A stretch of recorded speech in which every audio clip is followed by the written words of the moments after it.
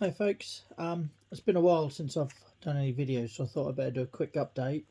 Um, First of all, sorry I look rough. I don't know why I'm saying sorry. Everything I do is unfiltered, so just real life here, not best life. And secondly, and most importantly, I'd like to introduce you to Clyro, our new Springer Spaniel puppy, who's 8 weeks old. Well, he was 8 weeks old this weekend. So this afternoon I got to take him for his jabs, for his first injection, and check over at the vets and everything. Um, but what I want to talk to you guys was about the background behind this. I've been talking a lot recently about mental health, and for those of you that follow me or other sort of things that I do will know that we lost our dog back in April, and it wasn't until I lost my Jack Russell Terrier that I realised how there was much more to managing my arthritis and chronic pain, um, than just the tablets and that walking. So I'm trying to get an angle there where he keeps moving. Obviously he's a puppy, they don't stop. And yeah, he is chewing a toilet roll at the minute. He just stole from the bathroom because he's a serial thief. But yeah, so essentially I didn't realise until I stopped walking all the while, and that companionship, like at the moment when I'm sitting here and everyone's at work or Dylan's at nursery and the house is empty, I didn't realise how important that was until it went, and I gave myself sort of 6 months to grieve the loss of my last puppy, and also I was a little bit apprehensive of the work that comes with a new puppy because you take all the stuff that your old dog can do for granted. Um, but the reason for this video is not only to just introduce this sort of ball of cuteness, like look at those eyes as he chews a toilet roll. Um, it's to say that, like, think more holistically about how you manage your chronic condition, your chronic pain, because for me it was only when I stopped walking 5 miles a day, stopped saying hello to those people I'd see every morning, like, habitually, and that routine that I had, the way it got me outside, and I'd stick headphones in, I'd listen to a podcast or some music, and like even just like getting my Spotify Wrapped thing this year, I realised how many, like half the amount of minutes listen, and that's all headspace, and that's all time to allow you to process and manage your fluid condition, where every day can feel different. And then there's the companionship side of things. By nature, with our conditions, we can feel a little bit isolated, and we shut ourselves away when we're having a bad day or have to cancel plans. And having something like this around is what helps me cope. It's not for everyone; it's a lot of work, but that's what helps me cope. So the whole point of this video is just to sort of like get you to think about that there's more to your chronic condition than the tablets. There's more to your chronic condition than the doctor's appointments and the blood tests.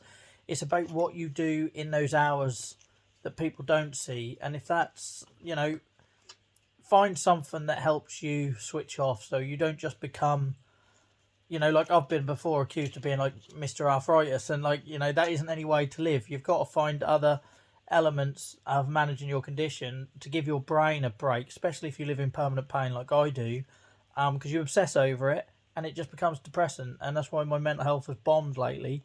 So whether that's a hobby, podcast, listening, reading books, dogs, cats, whatever that might be, that fills that gap and also is there for you when no one else can be. When you have to cancel those plans, what is that thing that you can turn to that is just a constant? And for me, for a long while, it was like music.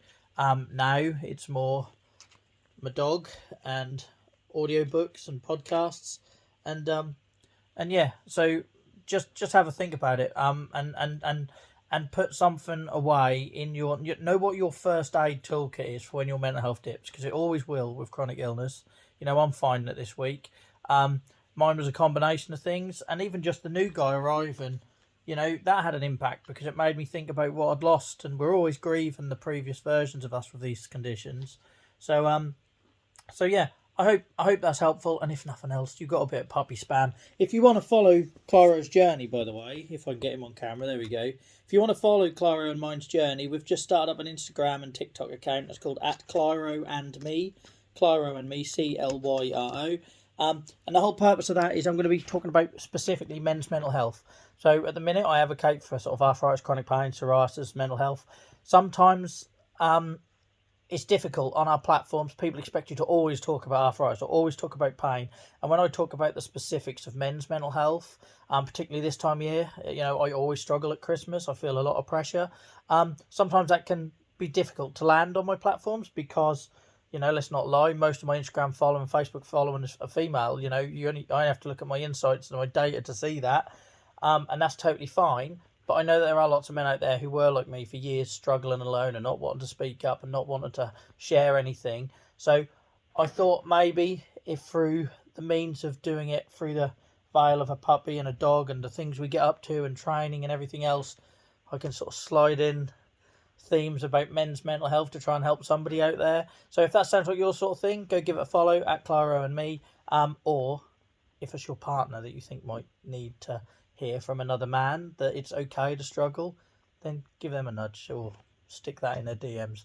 And if you want to see anything in particular from either myself in the coming months or Mr. Claro, I know he's going to be the showstopper. Same as Dylan was always the star in year one of all my advocacy. That's fine. Then let me know, because you might have seen on my socials recently, we got our yearly stats for YouTube, and it was really surprising. YouTube at the minute is a bit of a side project for me. It's basically where we stick our Twitch stream recordings, where we put our clips from our Twitch streams, where we put some podcast stuff. So it's been a bit of a side thing, and apart from thumbnails, I don't really spend no time on it. But clearly, when we've had nearly 400,000 minutes watched on the channel in the last year, I need to probably be taking that a bit more seriously. So expect more video content like this. Like I always say, I don't do video. I'm not very natural on it. I'm trying to get better.